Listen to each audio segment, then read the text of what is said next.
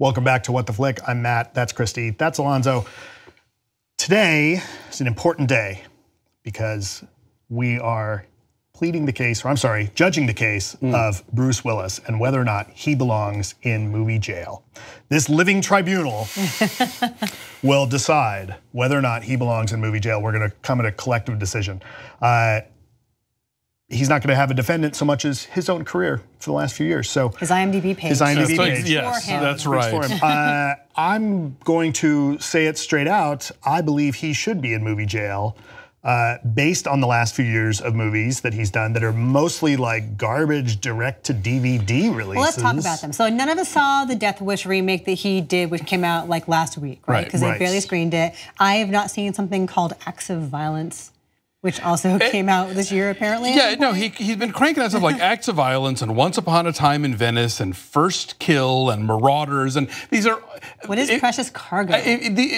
These are the movies that Nicolas Cage turns down because they're not crazy enough. Like he's in the stage of his career where like he and Nicolas Cage and John Cusack crank out any number of these like action-y pot boilers that probably like play big in Asia or something, but in the US get a tiny release, they go immediately to streaming and no one talks about them and no one cares. And when you do see Bruce Willis in a movie, he is phoning it in. Like the last time I think I saw him actually seeming to give a crap about his work was like Moonrise Kingdom. I was gonna say 2012 was a really good year because he did Moonrise Kingdom, Wes Anderson film, and he did Looper, which is a great Rian Johnson sci-fi. It's a time travel movie that actually makes sense. But Looper, not a movie I loved, but he's trying. And when he's actually acting, when he's not being an action star, Bruce Willis takes some chances and works with really great directors and has a lot to offer. But too rarely. It hasn't happened very much recently. Yeah, and we're looking back to 6 years ago for good Bruce Willis movies. And you look at Kevin Smith talking about what it was like to work with him in Cop Out and how he just didn't care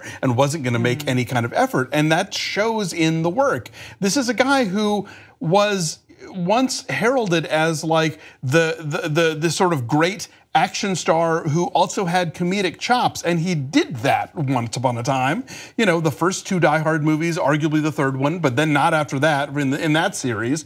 And then generally speaking, he just shows up and collects a paycheck, and it's really depressing because you know he's capable of better, and I'm sure directors would love him to do more, but he's not. He's choosing not to do it. He's done a couple of Expendables. He's done a couple of Red movies, right? Yeah, I remember reading about the director. I can't remember who it was. The director of Live Free or Die Hard, who at least at the time was not a big name director. Len Wiseman. Husband of Kate Beckinsale. Ex-husband, yes. The guy who gave us all the terrible underground underworld movies. So maybe it was a good day to Die Hard.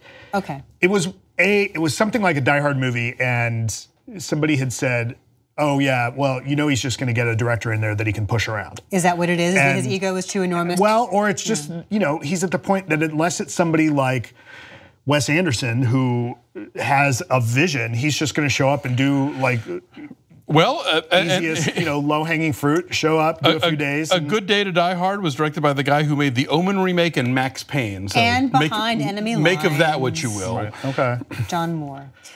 Do I think he deserves to go to jail? I think movie jail. I think he needs to perhaps be on probation. jail. That too. No, but on probation for a little while. Think about like Moonlighting. Wasn't Moonlighting great? Like that was a long time ago. That was like 30 years ago. I had the biggest crush on him. That was the show when he had hair. That made him, you know. He was so hunky. I had a picture of him on my notebook in 10th grade. I loved him. But and that side of him is ostensibly still in there. Yes, that humorous side of him. Is movie jail like? Does he have to go to off-Broadway? And movie jail is like, don't do any movie. Here's movie jail. Like challenging, interesting stuff that where he has to actually deliver and not just sort of. Movie jail is don't get to do any movies for X amount of time. Okay. Well, but he's not going to learn anything. But can we send him to a coach during that time? Like I need to know the specifics. I don't know. What's the sentence? Community service. What's the sentence? He needs to pick up trash on the side of the 101. Or no. He has to be in like $500,000 budget movies, making scale plus 10 and has to show up with a genuine commitment to do something and be like act or a TV show. Maybe he Okay. has to get, maybe Can you his sentences, rehabilitate he has to do a. His sentences, he has to do another show with Sybil Shepherd. Oh my God, that's amazing. Yes, I would All right. watch that. I would Okay. watch that. That's good. How many seasons? If we're gonna two 10-season episodes, Does it go Okay. like? 10-episode seasons. Does it play on like Netflix or Hulu? It's not like a normal like network. Right, drop all television at once, show, or- right? We'll give him HBO.